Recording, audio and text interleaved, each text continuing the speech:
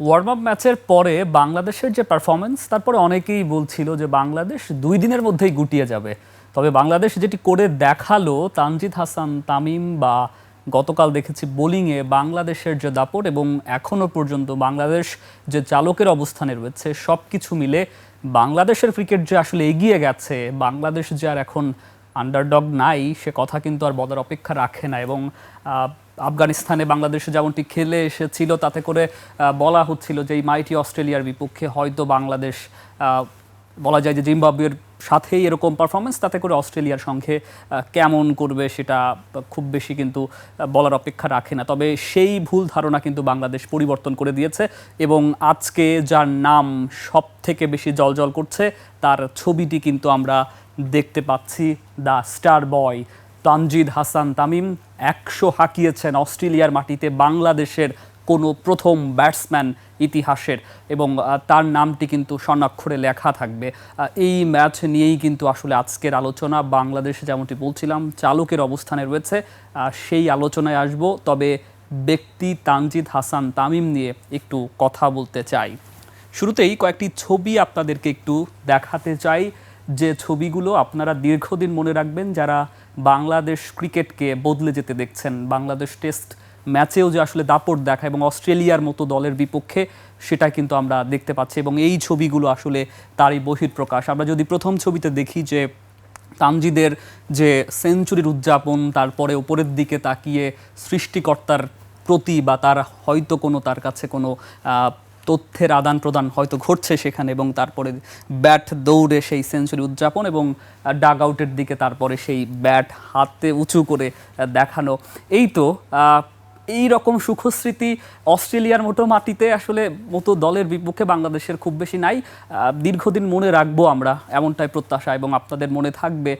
একটু তারপরে আসতে চাই আরেকটি কথায়, যে তানজিদ হাসান তামিম এটি তার ছিল দ্বিতীয় ম্যাচ। এর আগে তিনি পাকিস্তানের বিপক্ষে খেলেছিলেন এবং সেখানে কিন্তু তিনি খুব বেশি ভালো করতে পারেননি, এবং প্রথম ইনিংসে 26 রান আমরা দেখতে পাচ্ছি, 34 বলে 3টি 4 ছিল, এবং তারপরে দ্বিতীয় ইনিংসে তিনি 4টি রান করতে পেরেছিলেন, 7 বলে 1টি 4।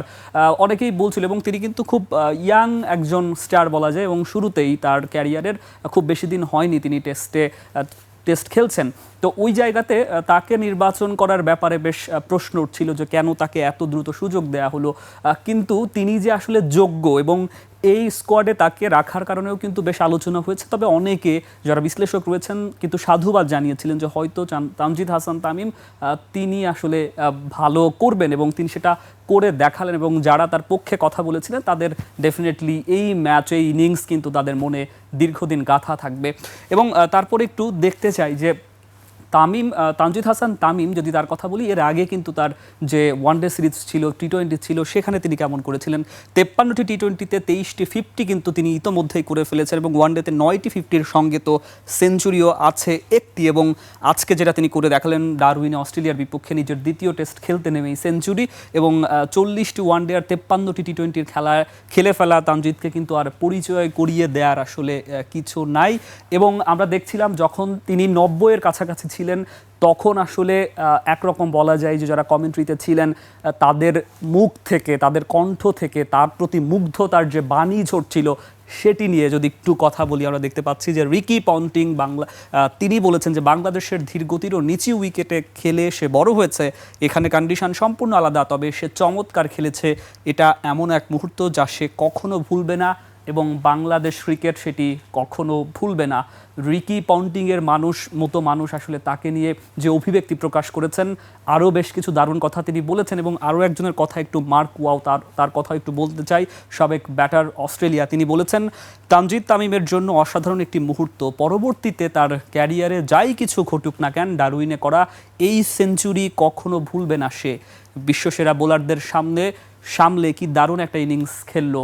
আমিও সেই কথার সঙ্গে সূত্র ধরে একটু বলতে চাই, তিনি কাদের বিপক্ষে ব্যাট করে সেঞ্চুরি করলেন এবং এই সেঞ্চুরি কেন এত বেশি স্পেশাল। আপনাকে বুঝতে হবে অস্ট্রেলিয়ার মতো যারা দীর্ঘকায়, তাদের বলের গতি বলা যায় 140-র আশপাশে, কখনো কখনো সেটা 150ও কিন্তু। তো তাদেরকে সামলে আমরা দেখেছি হ্যাজারউড, তাকে সামলে আসলে সেই তিনি কিন্তু 100টা করলেন এবং ডেফিনেটলি সেটা মুখের কথা ছিল না। এবং তামিম তিনি একটি কথা বলেছেন ম্যাচ শেষে, তিনি যেটি বলেছেন, আমার জন্য অবশ্যই এটা বিশেষ কিছু, কারণ প্রথমবার আন্তর্জাতিক ক্রিকেটে এসেছি, দ্বিতীয় ম্যাচেই সেঞ্চুরি পাওয়া, তাই বিশেষ কিছুই, দলের প্রয়োজনে কিছু করার চেষ্টা করবই।